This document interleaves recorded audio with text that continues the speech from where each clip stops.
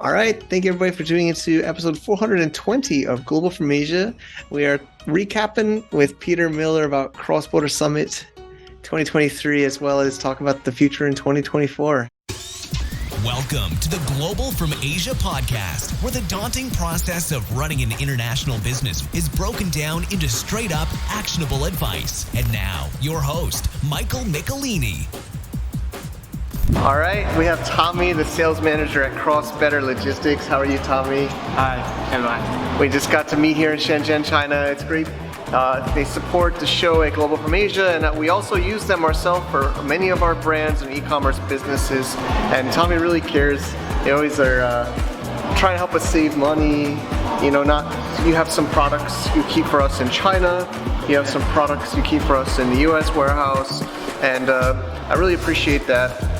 And you can talk to this seller, right? You can give them your advice. You work with many Chinese sellers a lot, right? And you can help the sellers understand more. Yeah, we are very professional for the shipment to USA and Canada. Also, we have warehouse in USA and Canada. We can help our factories, suppliers, sellers for the shipment. Yes. Yeah, for the e-commerce business. Yep, and you even keep stuff in China too. So sometimes if you have the limitations of sending too much to Amazon, you can keep it here in China with Cross Better, or you can send, of course, to the U.S. warehouse.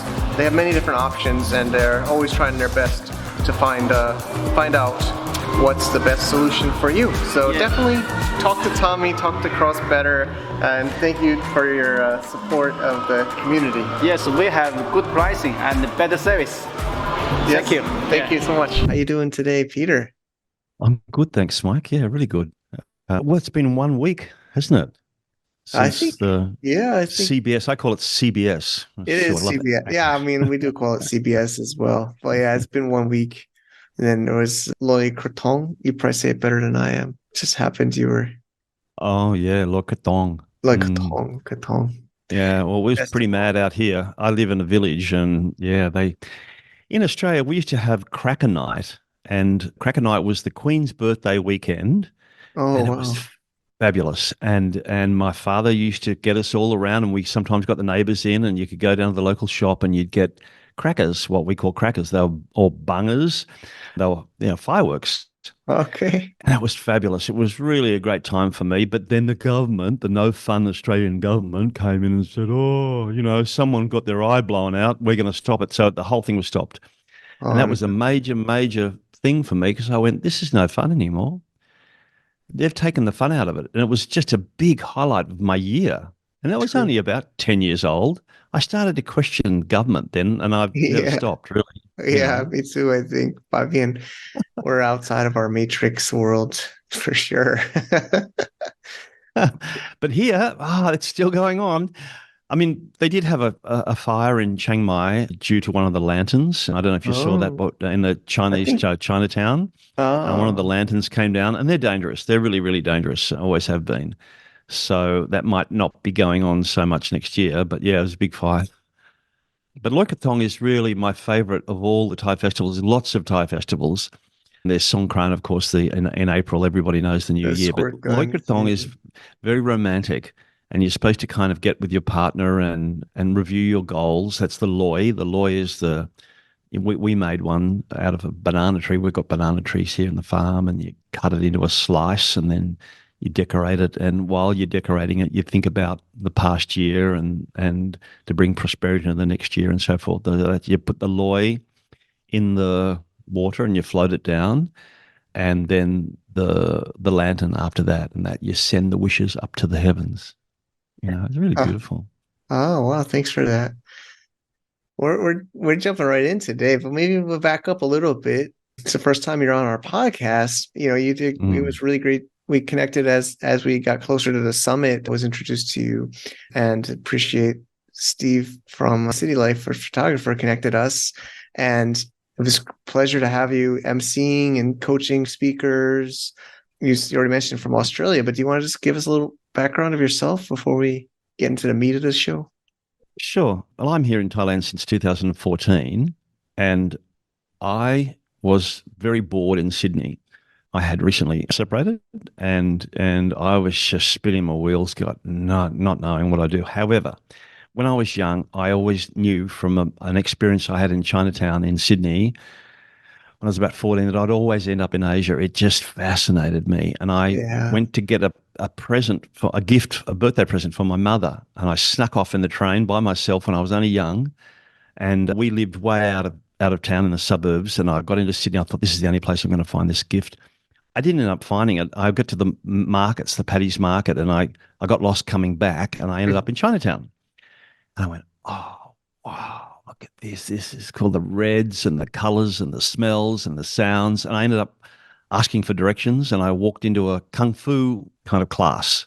And I Oh. was just watching this, and the guy said, "What do you want, mate? You want to join us?" I went, "Oh, no, mate, I'm just wondering, where's the train? That way, And I picked up a brochure as I walked out.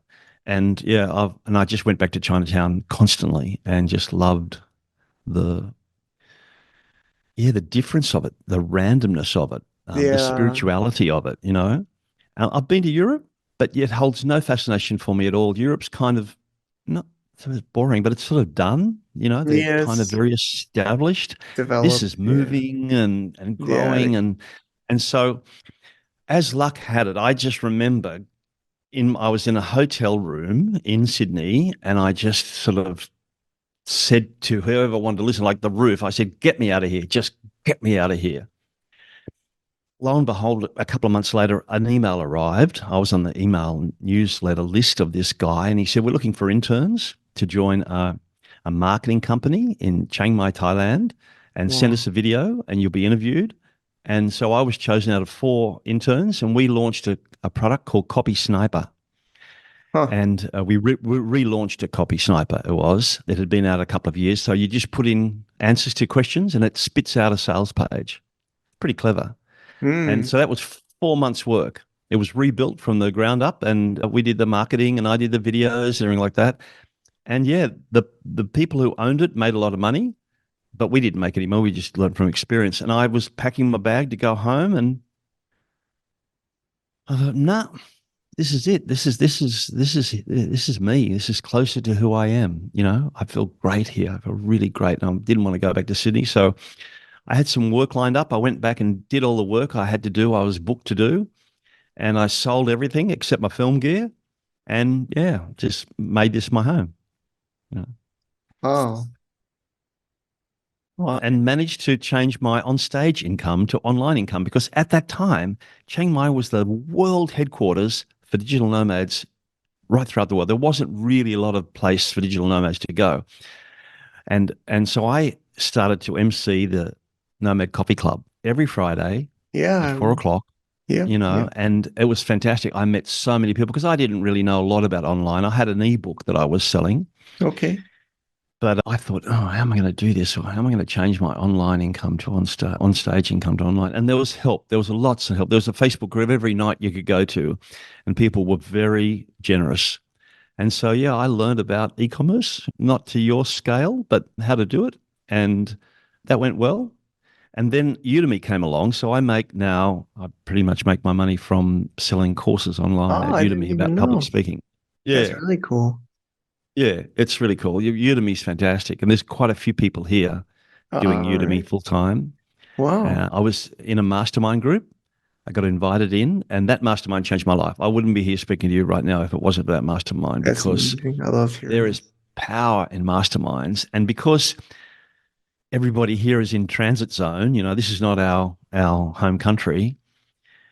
There was a real emphasis on getting the mastermind, but not doing a Zoom call, but just actually meeting up and really every week, and we'd promise that we'd get something done by the end of that 7 days, and we did it.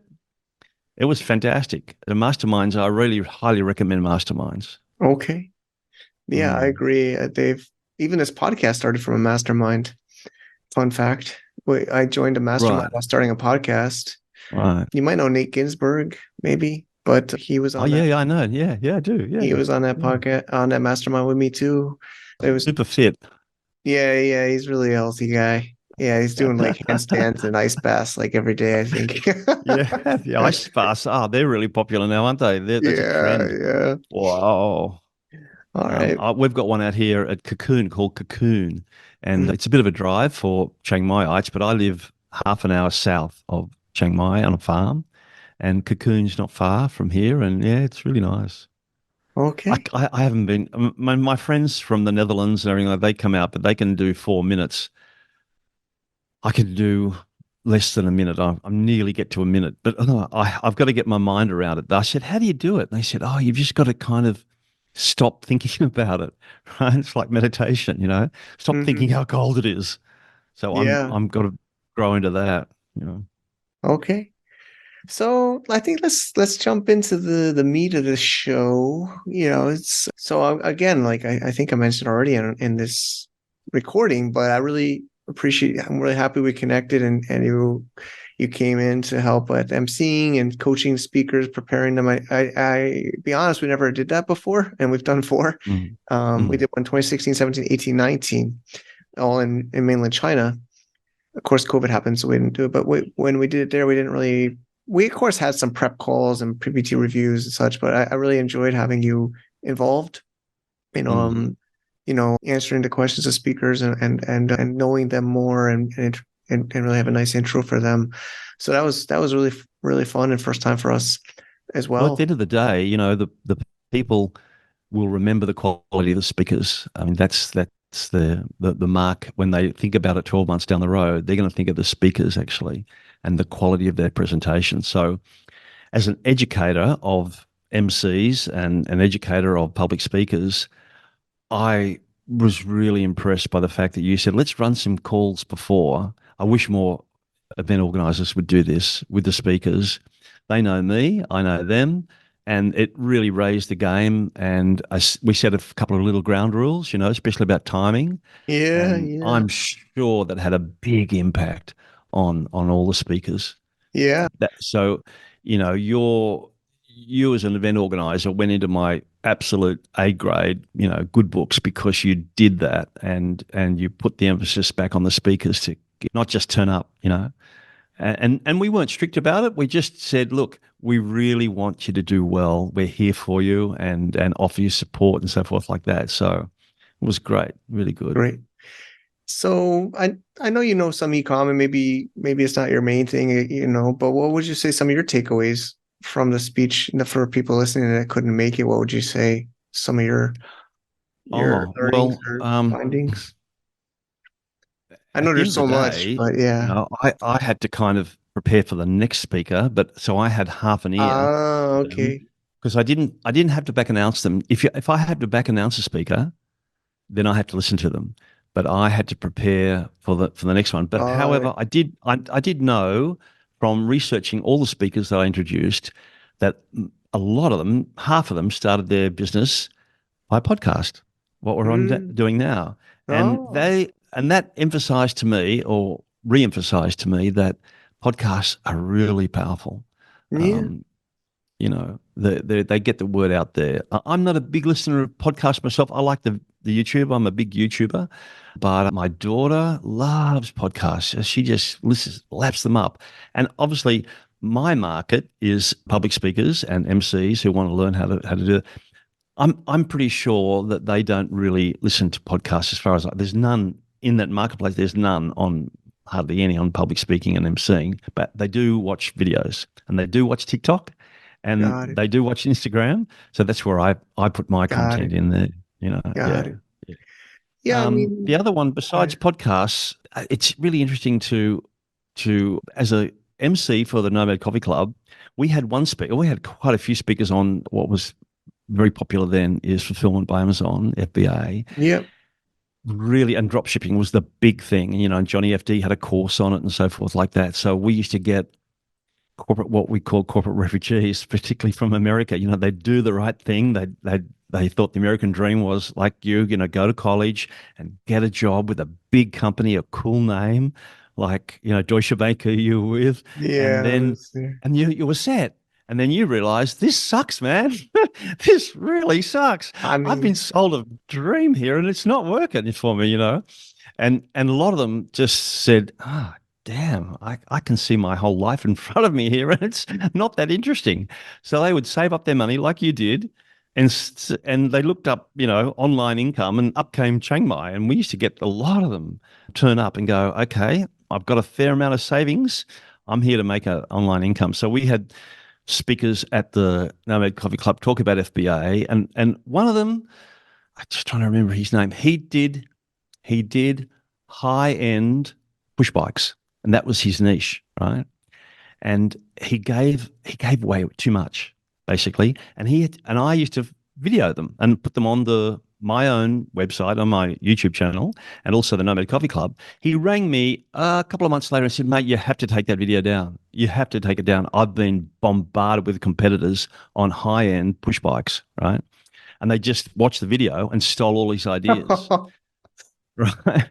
So I noticed the speakers at the CBS didn't really give away too much about the products they were selling. It was all strategy behind, True. And I think that's kind of the cool thing to do, is just don't get into what sort of products you're specializing in.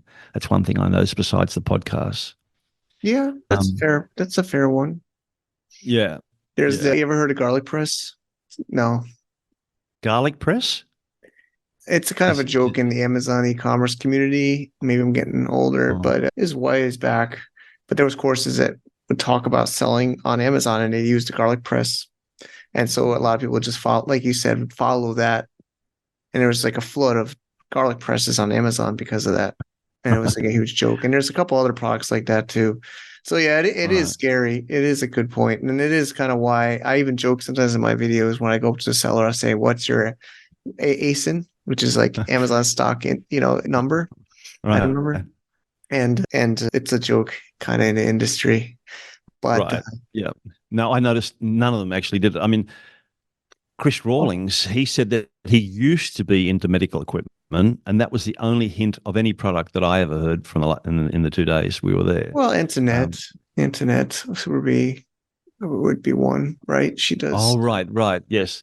Well, that's actually a really good story. That was the other thing that I noticed, how people were captivated during that talk, because the story always sells.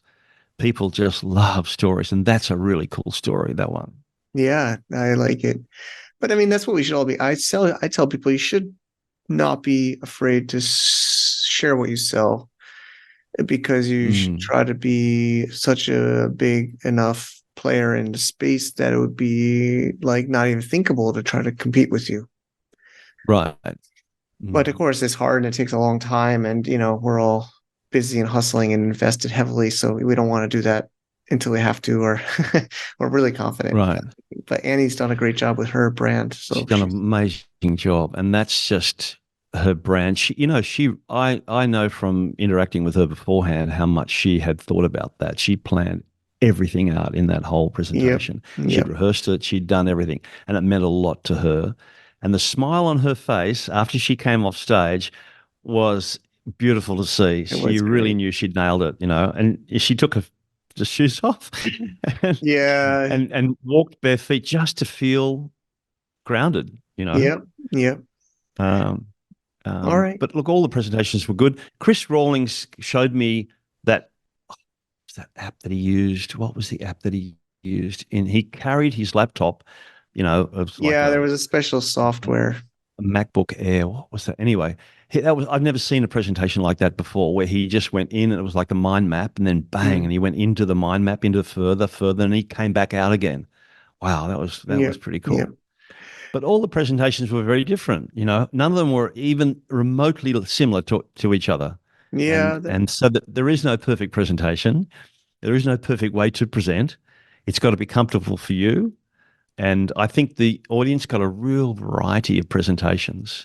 Gianni Marco, right? Gianmarco, his presentation was really practical, down to earth. It was high level enough for the people who had been doing e-commerce for a long while. But for me, I really got a lot out of that presentation because it was very practical, down to earth. Yeah, agreed. Another one who'd started with a podcast, right? He started his. He was a seller before a podcast, I believe, and then also started a podcast.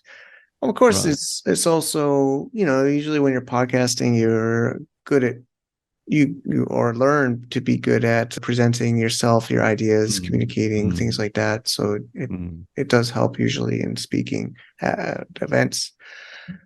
Yeah, so for me, some of my learnings, I was also able to because of your help and Ash, is also able to kind of be more of a participant a bit, and I got to learn because I like you said, the speakers were amazing. Like it's not beginner content. There was very experienced sellers, even the speakers themselves. I think even Chris Rawlings gave a little video clip saying he learned some things, and some other speakers like Riley Bennett said he learned some things. I think Gianmarco even said he learned. Everybody was learning. It wasn't just like beginner 101 content. Same with me. I learned quite a bit. But I think my takeaways, and it also kind of connects to 2023 in general, which is another topic of this podcast. AI, as it's not just Mm. e-commerce, it's everything. AI is taking over. There's a lot of AI topics. The other one big one is PPC. Amazon is just increasing their requirements, or at least for us as sellers, we have to do more and more PPC. You got to keep giving Amazon more money for advertising. Mm. There was, like Chris Rawlings showed the yellow and the blue. A lot of the full scroll of a whole Amazon results page is more ads than organic now, which was pretty fascinating and showing. Right. Also, I feel like we're in Red Sea, Blue Sea. I feel like, it is very competitive now. Even the attendees, the space itself, there's less sellers. There's less Amazon sellers. And it's getting really hard. It's a mature market. Well, one thing I Yeah, go ahead. heard, and it started a bit of a stream, but that it didn't continue, was how difficult Amazon has become and how important the need is to insure yourself by using other methods, not just Amazon. Yeah, exactly. Yeah, so I And got to share this time. I don't always speak at the conference, but I did speak, and yeah, like you said, I'm also working on a very new idea of still not really ready yet. But I'm testing it now. It's a right. marketplace and a protocol for people to sell on a blockchain. It's a marketplace That's for load pipe. load Yeah, pipe. Yep. that was a really interesting presentation you gave, and people were riveted, absolutely riveted to that presentation. Oh, great. Great to know that. Yeah. Mm. Well, I am passionate, especially during COVID. I got a lot more deeper into Web3 and blockchain, and I've learned the importance of it. Of course, there is some bad reputation. There's been some, bad actors in that space, but Right. the technology itself and the power of it is very, very powerful, and there's a lot we can Mm. do. So yeah, so I was excited to share about that. Also, I really appreciate. Do you have a launch date on 2024 on that, or? I feel like we could even try to squeeze some beta out in December, but I feel like it's better to do it. We're actually just before our recording, we're talking about it. I think it's a 20 January event, like a new year, Mm. new channel, new opportunity. We're working on a campaign. I mean, I'm Mm. testing it right now. To be honest, I have the developers have it. It's a little bit of still buggy and a little bit hard to understand, even for me in the user experience, I call it. So I kind of want to get a little bit more smooth. So I feel like comfortable to say January or Okay. New Year. I'm using AI in my video editing. I've got such a huge amount of video footage on my hard drive, but I get to the editing stage and I know that I've got to sit on my ass for a couple of hours, even a day, and it just doesn't get done. But I found, excuse me, the AI tool called Opus Cut really good, really good. You can put anything in there, like 20 minute, even an hour you can put in there, and it'll divide it up into shorts, and it'll divide it up into, really, you got to put the keywords in, and then it'll just chop it up into those keywords. It's really good. Yeah. Wow. What was the name of that? Opus Cut. Opus Cut. Do you want my affiliate link? Yeah, sure. We can put it in. Yeah. We can link it The up. other one is Gravity Write. Gravity Write's a dashboard of AI topics, keywords. It's really good for blog posts, everything. And it divides up. It's just a desktop. It's a dashboard, I'm sorry. And yeah, it's a dashboard desktop. And it keeps everything that you're searching and it puts it into order, but it's very good. Gravity Write is really, that's Okay. top class. Yeah. It's sort of, because with with OpenAI and ChatGPT, it's kind of a bit messy for me. It's just that thing on the side, and it's not that well organized. But this Yeah, organizes everything that ChatGPT should have done, and it's not got doing. it. You know. All right. So, I think that the summit and the 2023 themes, like I think we're just talking about, of course, AI. Obviously, don't to listen to the podcast to know AI is taking over, but 2023 was a year of the AI. As far as in Amazon, I feel like it's true. Like it's getting more and more competitive. That the PPC is going more and more expensive. Yeah, it's much more advanced. So yeah, everybody's looking for new channels. Like of course TikTok, they're looking for other channels. D2C is called direct to consumer, maybe Shopify or other outlets. But I think those are, and then of course, hopefully next year we'll be able to start to really talk more. I can't wait to educate people on blockchain e-commerce, was with like this load pipe or even other ways people could use blockchain for selling physical products online. So I'm really excited for that. Unfortunately, there is going to be some casualties on the side. We're going to see some businesses just, wash away. Basically, photographers have got a big challenge, a huge challenge in front of them. How they're going to deal with that? It's like when what happened to the music business and Napster came in, everyone, then the music business just sort of started to disappear down the sinkhole quickly. And then Steve Jobs came along and the App Store and so forth like that. So the photographers, I don't know what the photographers are going to do to come up with a solution, but their business is teetering on disaster, actually. I mean, you just shared something with me today, about those 4 photos of you holding, and then you got all these different variations of you. Yeah. Isn't that crazy? Oh, Yeah. crazy, yeah. Otherwise, that's 4 different actors or 4 different personalities in my game where I come from. The acting, that would take 4 different people to come into the studio and get photographed. Yeah, actually, so that was a Can software. I sent him that for one photo. He made a few for me. Actually, right. We're working on doing more with him. He had an amazing workshop after he spoke there, and I was a little bit nervous because he's not native English speaking. Of course, he's Chinese, and I was a little bit nervous. To be honest, I had of him, but I wanted to. Of course, I want to welcome people from all backgrounds. That's what I think Cross Border Summit's about is knowledge and experience from all around the world. So, and I thought his English was really well, and his content was good. So, but we're talking about doing more AI e-commerce workshops and masterminds into next year. I actually have a call with him after us. I'm talking to him. Say hello to him for me. I was really impressed with him. I've written half a book on charisma. It has not yet published, but he has got charisma straight away. It's his focus on you, who he's speaking to. That's part of being a charismatic. But yeah, he's got a real sense of, he understands communication really, really well. And he held the audience, even though he was rushing through his presentation. Yeah, so Ash many just slides. said, I'm sorry, we're out of time, but yeah, he's a good communicator. Yeah.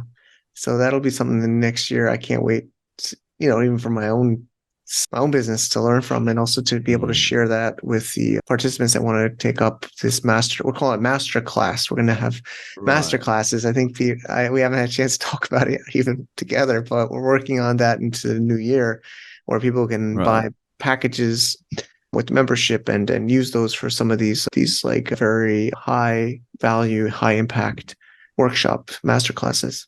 So we're excited. Right. Masterclass, it's not an overused term, but it's certainly, a lot of people have claimed that they're running a masterclass and they're actually not. It's just a training session. There's a big difference. Masterclasses are from people who are masters in their craft, like masterclass.com. They're all they're top shelf. There's no other sort of one above them. And that's what a masterclass is, I believe. Yeah, I would agree. But there are lots of people calling them a masterclass, but they're not. They're kind of second or third shelf down the track. True. But yeah, so what do you see in your crystal ball for next year? Generally like technology. Maybe I could share after you. Well, with public speaking, I'm a connector. Like, you are a connector as well, but you understand technology a lot, much better than I do. I still love communication. I love getting in a room and or talking to people and the heart to heart. I'm an empath. So I feel things very deeply, and I'm able to. It's good as an actor to be an empath, but it's also highly inconvenient sometimes because I get feeling. I can stand next to someone and actually feel their fear, and it's good, but it's not so good. But I still believe that the best way to promote your business is either be a very strong video presenter or just get in front of people and talk, get into their hearts. It's still, blogs are good and video is still good and podcasts are good, but actually to feel heart to heart in a room, you kind of become memorable forever in that person. You've got to leave a little, what I tell my clients is leave a little mark on their heart about being vulnerable and, being real, being authentic. Yeah. And they'll never forget you. That my aim when I'm designing a presentation for my clients is to be memorable forever. Not just memorable till the next day, but to do something extraordinary, like to change their thoughts. Oh, nice. And that's where thought leaders come from, right? Thought leaders starts from changing the thoughts or the paradigm of that industry, or that topic.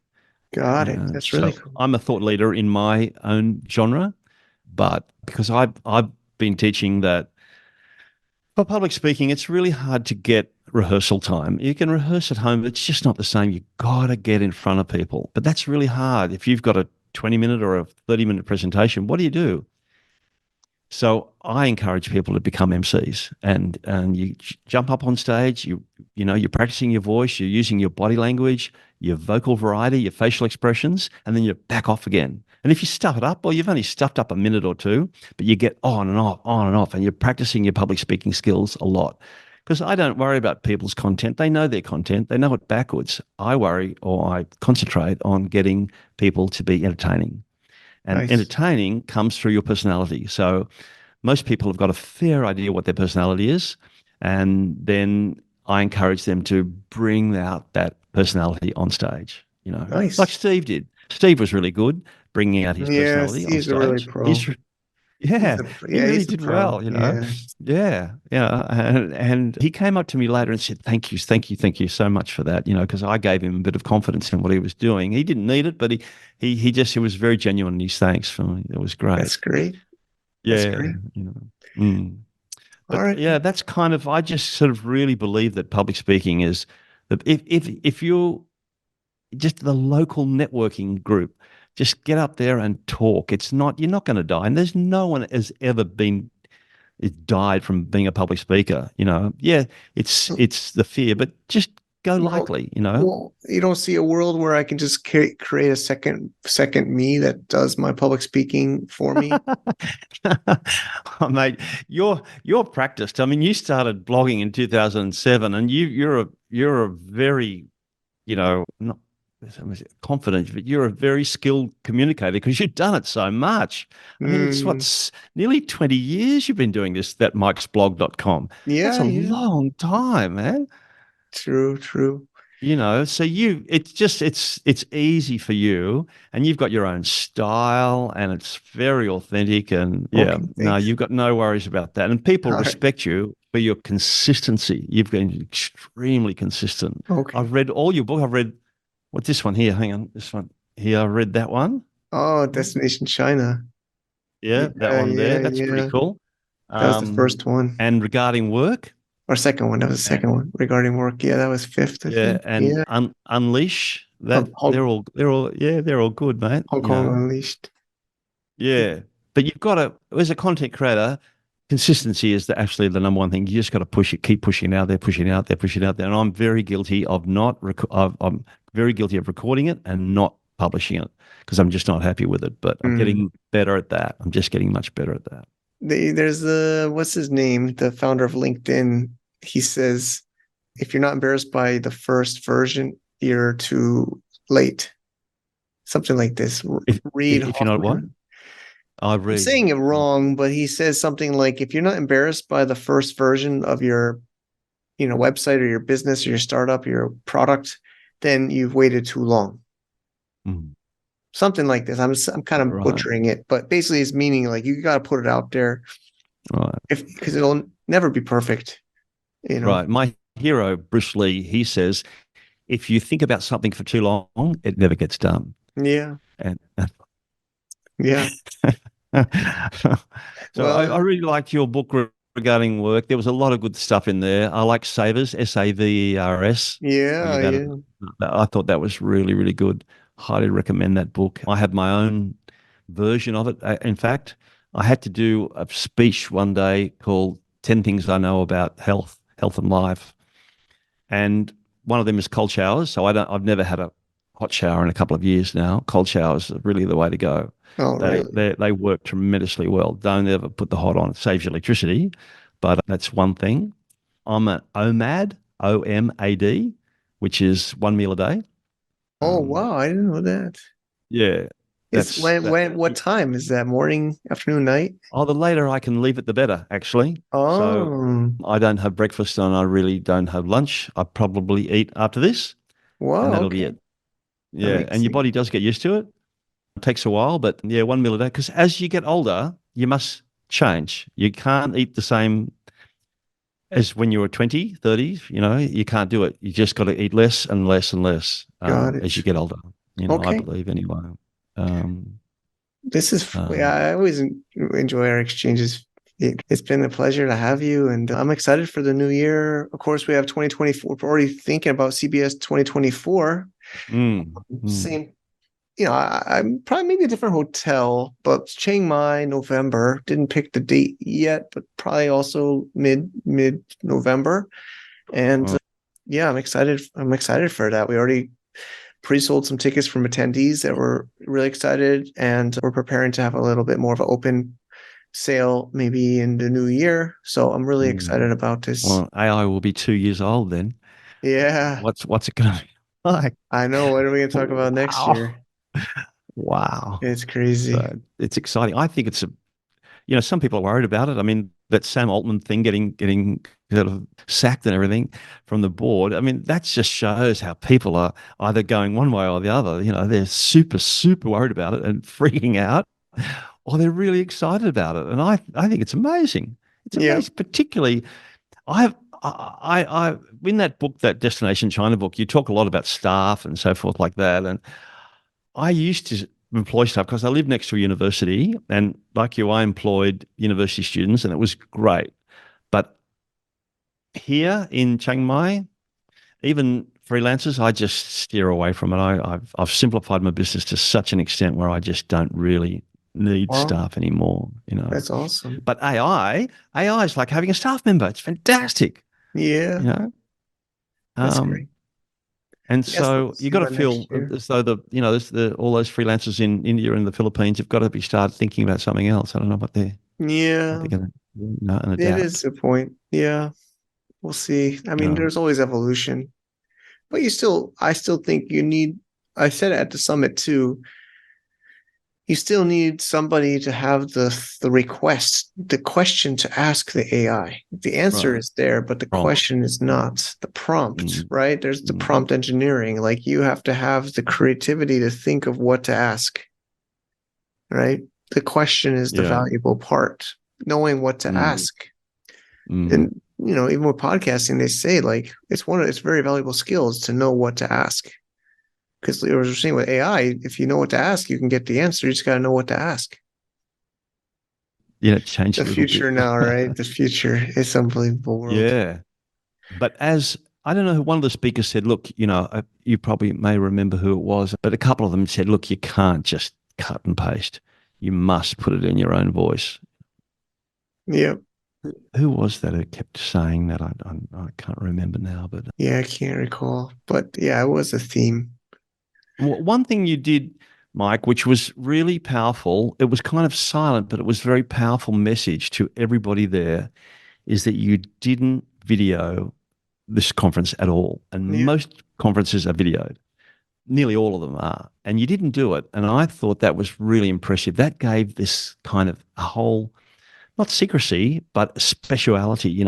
Everyone in this room that could reveal a lot more. Yeah. And that was a really interesting kind of concept. To be honest, we posted it, I think, in the summer, and we've been preparing this for 8 months, this event, and we were preparing, and we made a blog post and put it out on socials, and it was one of our more engaged posts. People were thanking us. We emailed it out to our newsletter, and people replied saying thank you. They would just say thank you. Like the other thing you did, which every event organizer wants to do but doesn't really achieve it, is to get everyone together many times and for long roundtable talks where I think a lot of people went away with a lot of lifetime friendships, long-term were solidified at that meeting, you know. Yeah. It was really good. Yeah. It's my favorite thing to do, to be honest, in the world. Right. So speed networking is really good, isn't it? Yeah. I mean, of course, we did 4 and we took a break for COVID. We're back now. But, you know, over the years, we were learning everyone likes the networking at any event, right? They came out. So what we try to do is make sure to get some as relevant related contacts. So that's why we break it up by topic, or we do the speed dating, or we have different types of events so people really get a chance to try to meet as many relevant contacts as they can. Yeah, but it wasn't just with the delegates themselves. It was with the speakers, the experts. They were involved, and that's rare. You don't often get that. Yeah, that is also feedback we get. We got also, you know, thanks for helping get us testimonials. We got great testimonials, but even previous years, people would just say they like it because they get to talk to the speakers. Because usually the speakers come up on stage, they drive in with their car, they go in, they speak, they leave, right? Like, they're gone. Yeah. Or they're in the VIP, they're hidden in the back or something, behind the stage or something. But we try our best. And I think the speakers even like it because they get to connect. And the attendees are also, you know, relevant and quality too. So it's not like they're just unqualified people. I think even the attendees could be speakers. They're such experienced people that were there. Right. It was great.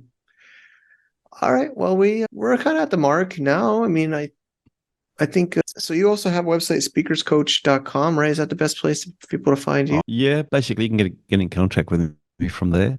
Okay. I will just usually do it like we're doing now on Zoom, and there's every client is different to me. I don't have a sort of a formula that I follow, but the one thing I do say is, you know, I'm not that interested in your content. You give me your content. I'm not going to tell you how to do your content. I'm going to just make it entertaining, help you make it entertaining. Cool. And that's kind of what I say, and they're happy about that because, you know, we're all left brain. Everyone's kind of doing the left brain thing. That's not hard to put information in a logical kind of sequence, but the creatively on the right brain part of it is a challenge for most people.